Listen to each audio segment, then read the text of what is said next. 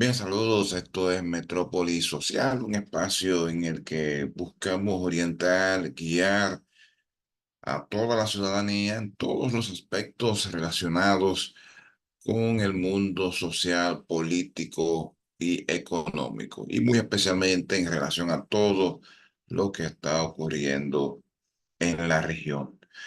Hoy vamos a hablar de un acontecimiento que estuvo ocurriendo durante toda esta semana desde el 6 hasta el 9 de junio, y es sobre las elecciones europeas.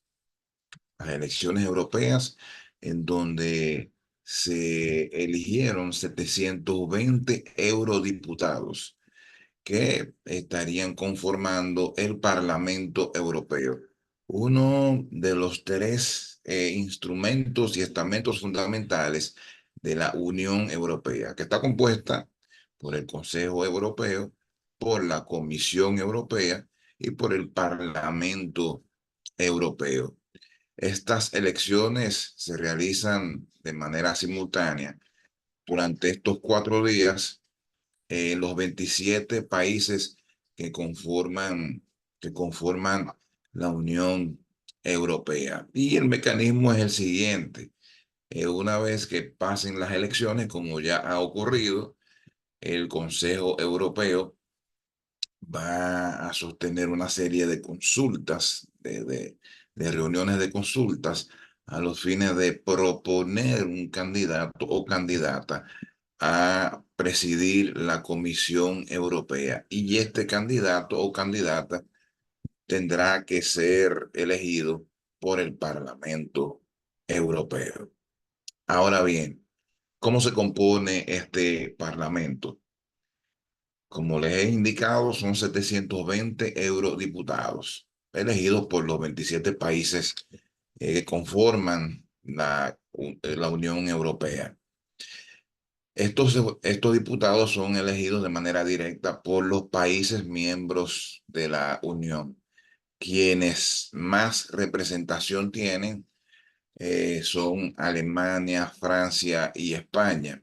El país con mayor representación tiene 96 escaños, mientras que quienes tienen menos tienen un mínimo de 6 escaños. Esto fue resultado por la Unión Europea a los fines de darle representatividad a todos los países de la Unión.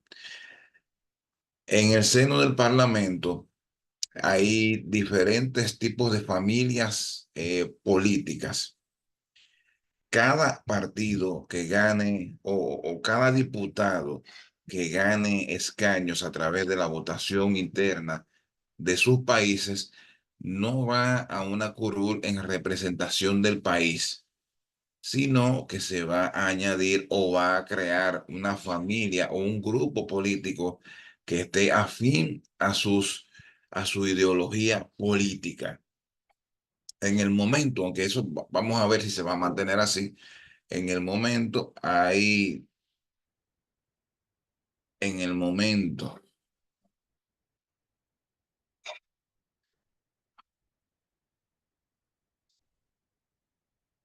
bueno, en el momento hay 7 familias políticas.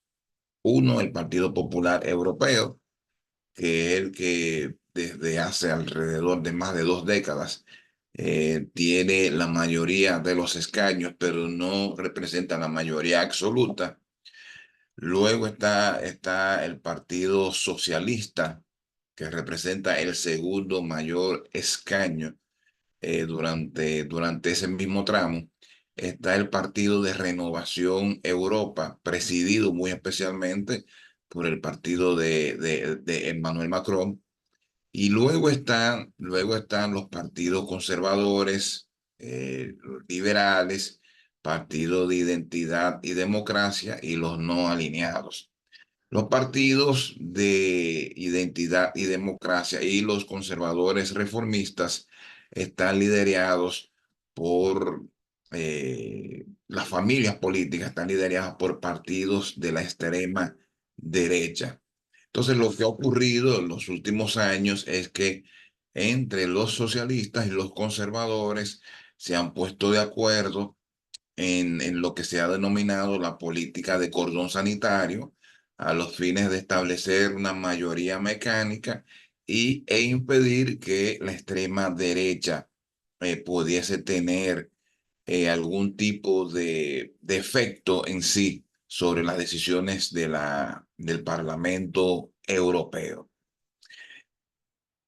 Los eurodiputados, el Parlamento, eligen a la persona que va a presidir la Comisión Europea, que en este momento está siendo dirigida por la alemana Ursula von der Leyen, eh, de procedencia conservadora, que para el 2019 no fue propuesta en sí, no fue candidata, vamos a decir, a presidir la comisión. Sin embargo, a última hora se puso, a disposición del consenso del Parlamento Europeo y por un estrecho margen logró conseguir la mayoría para ser investida como presidenta de la Comisión Europea. Sin embargo, las cosas al parecer no parecen estar muy claras en este momento por varias razones.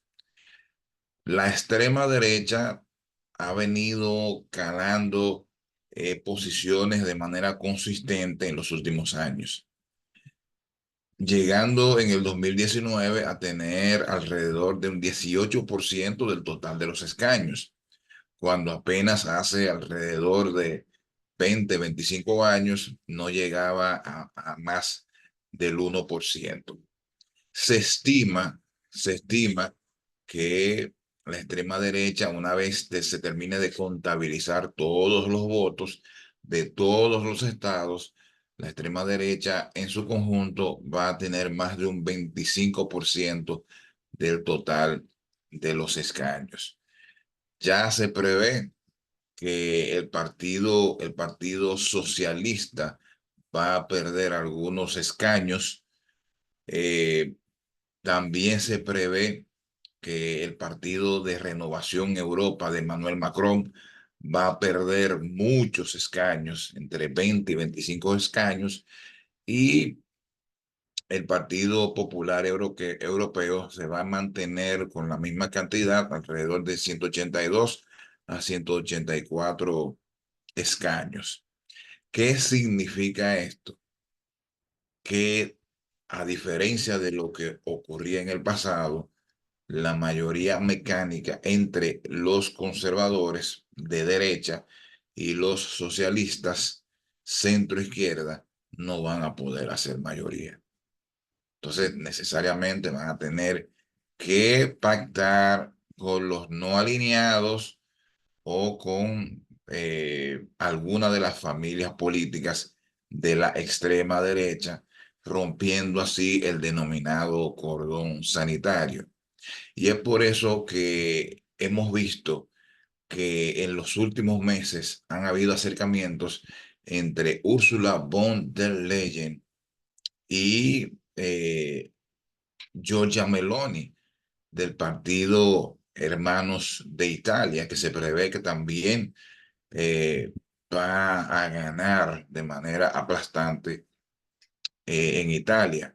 Pero también hemos visto cómo Marine Le Pen, de Identidad y Democracia, se ha acercado a Giorgia Meloni, que en la práctica, aunque se define de extrema derecha, pero en la práctica, hacia los ojos del mundo, se está comportando y se ha comportado como moderada. Y es por esto, porque los conservadores han entendido que para poder hacer mayoría necesitan contar con estos votos, porque si no, entonces el futuro, por lo menos para la elección de la Comisión Europea, va a ser incierto.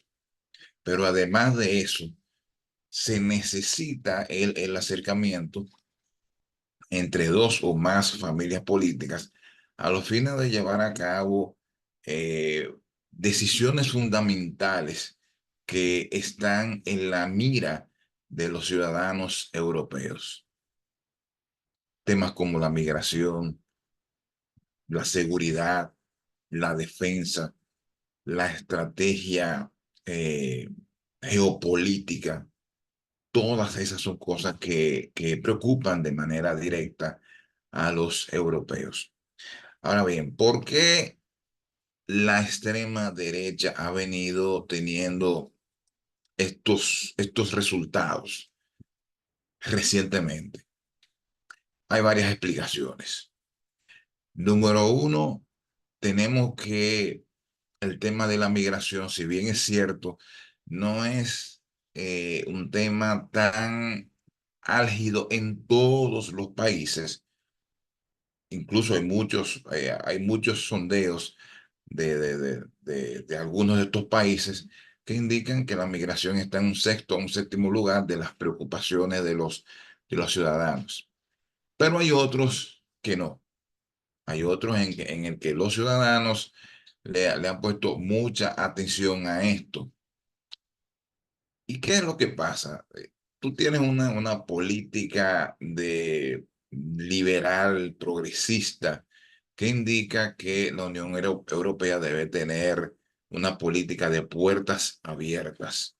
Y eso, evidentemente, en países como Francia, Alemania, entre otros, no ha caído bien, no ha sentado bien. Una parte de la población está hastiada, está cansada por un tema de dispersión de identidad cultural, por un tema de seguridad y al mismo tiempo por digamos que la inversión de recursos de esos ciudadanos a esas personas que llegan a sus fronteras sin mayor tipo de control, que es lo que especialmente alegan.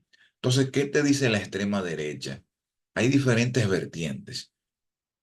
Por un lado, hay algunos partidos que te dicen que simple y llanamente se deben crear muros, se deben sellar las fronteras y no se debe permitir a más nadie. Y hay otros que te dicen que se debe permitir la migración simple y llanamente legal, tomando en consideración lo que necesite cada país y que eso debe hacerse desde antes que lleguen esas personas a sus fronteras. Y en ese punto hay una división en la extrema derecha, divisiones, divisiones que hacen que en el seno del Parlamento Europeo no puedan converger como una sola familia política. Y eso es lo que hace, lo que probablemente hará que siga gobernando, por decirlo así, la facción o la unión entre conservadores y socialistas, aunque digamos que con intervención directa de la extrema derecha.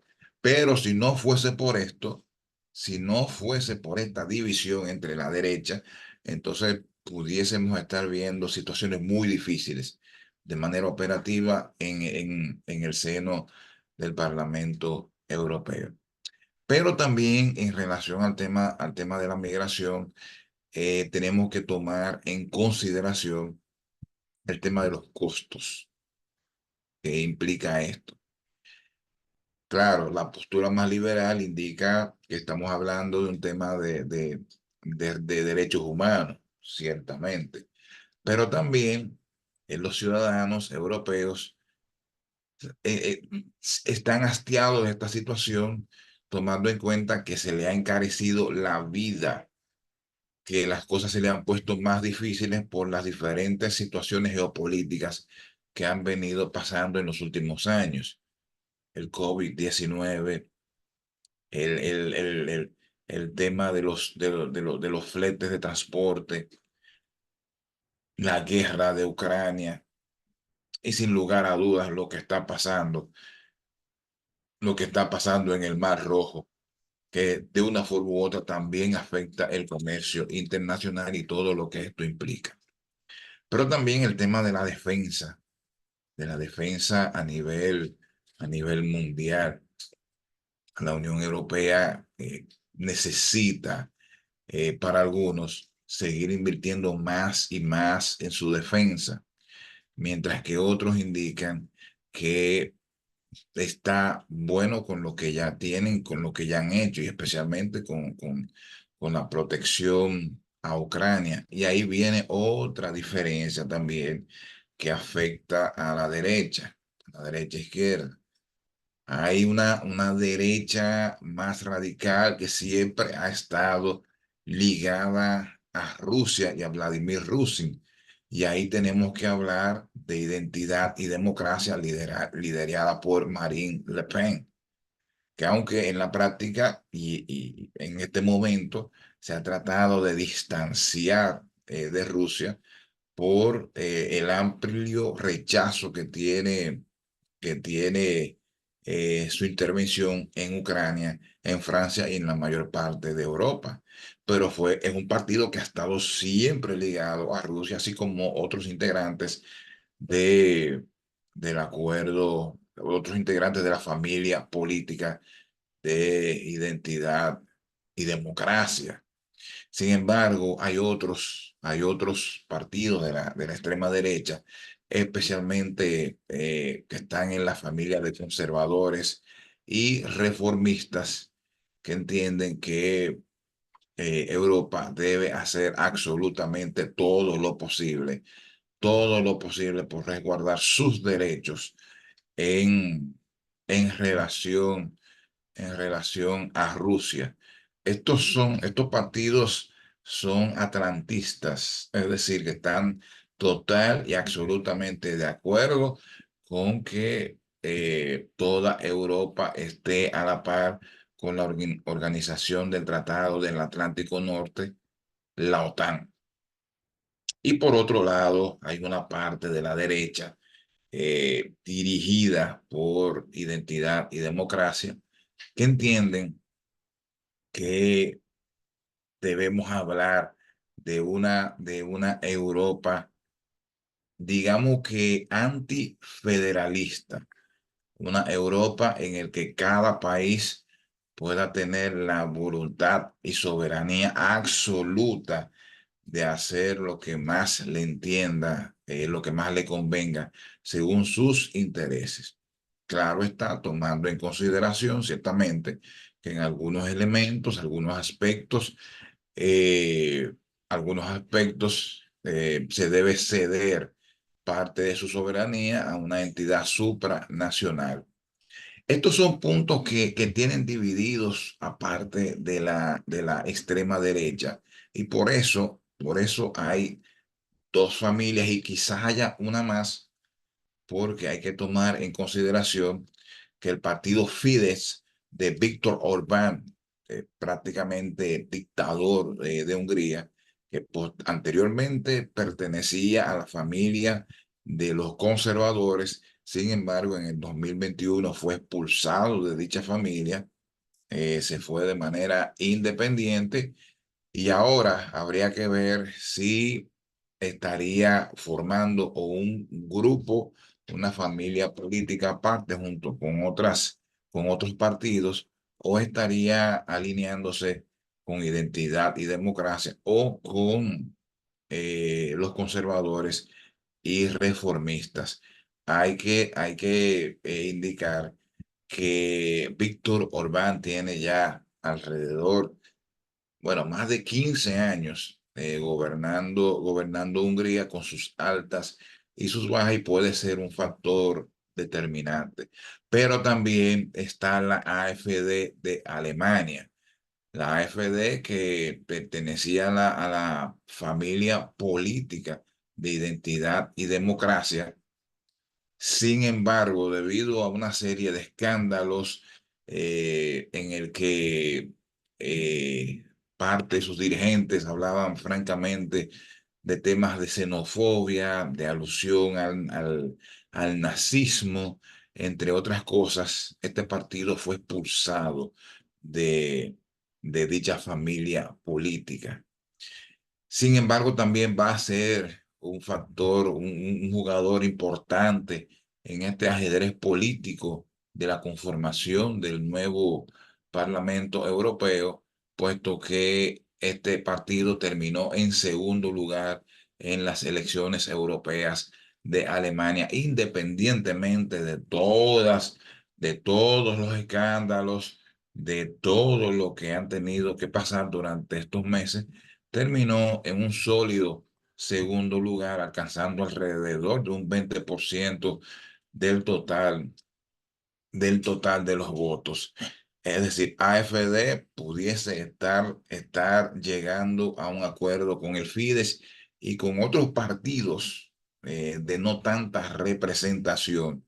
Habría que ver, habría que ver qué va a pasar, pero la verdad es que se torna muy interesante toda la situación en relación a la conformación del Parlamento Europeo.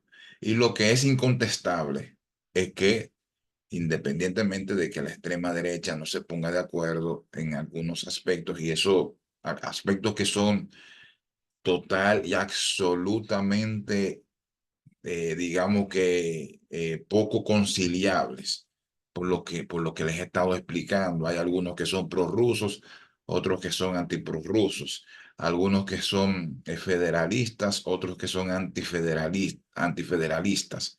En fin, son posiciones muy, muy distantes, que hacen prácticamente poco conciliables, eh, digamos que para que hagan un acuerdo para cuestiones fundamentales como la elección de la Comisión Europea.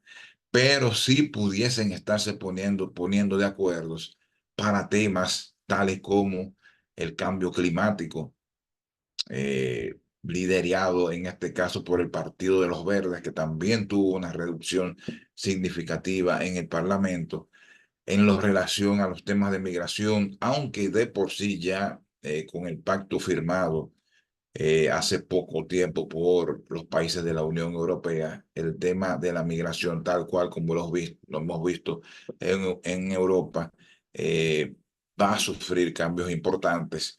Igualmente con el tema de la transformación tecnológica.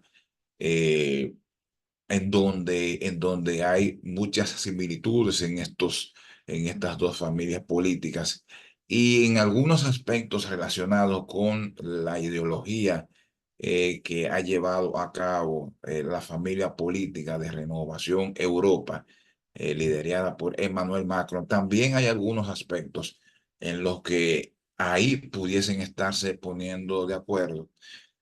Macron en su ideología política en relación a Europa, plantea una Europa más autónoma, respetando todo lo que tiene que ver con sus aliados naturales, como los Estados Unidos, pero plantea una autonomía en todo el sentido de la palabra, como por ejemplo el no depender de otros países, especialmente de potencias, para la creación de productos tecnológicos de guerra y de otra índole, tal cual como ocurre en estos momentos, que tienen que depender por un lado de China, por otro lado de los Estados Unidos, entre otros, para eh, poder sostener